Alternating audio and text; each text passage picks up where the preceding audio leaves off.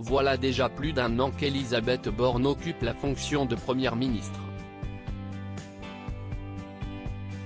Son profil d'ingénieure et de polytechnicienne avait dès le début été critiqué et rapidement, c'est sa froideur qui a été taclée.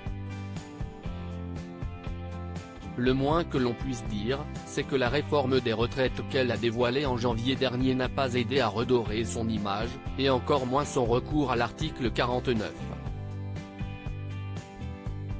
3 de la Constitution. Ce vendredi 9 juin, l'Opinion rapporte que son directeur de cabinet, Aurélien Rousseau, souhaite quitter son poste et qu'il devrait probablement faire ses cartons d'ici le 1er juillet prochain. Le caractère dur de la première ministre n'y serait pas pour rien dans cette décision puisque l'ambiance au sein de Matignon n'est pas vraiment joyeuse.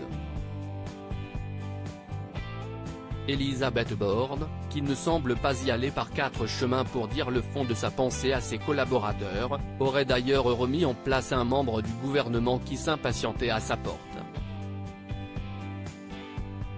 Comme le révèlent nos confrères, une ministre qui avait rendez-vous avec elle dans l'antichambre de son bureau en a fait les frais. Alors qu'un huissier s'est rapproché de celle souvent décrite comme le bras droit d'Emmanuel Macron pour lui rappeler qu'elle était attendue, Elisabeth Borne n'a pas manqué de l'interrompre assez fermement. « Et moi, ça fait des mois que j'attends qu'elle ait des idées », a-t-elle lâché, cassante. Réponse qui a d'ailleurs été entendue par l'intéressé, dont le nom n'a pas été révélé. Supérieure à Elisabeth Borne, l'évolution physique de la première ministre en imagée de pilier du gouvernement qui préfère s'adresser à Alexis Kohler est vraisemblablement, face à la difficulté dans laquelle se trouve la première ministre face au dossier dont elle a la charge, certains autres membres du gouvernement préfèrent contourner la chaîne hiérarchique classique.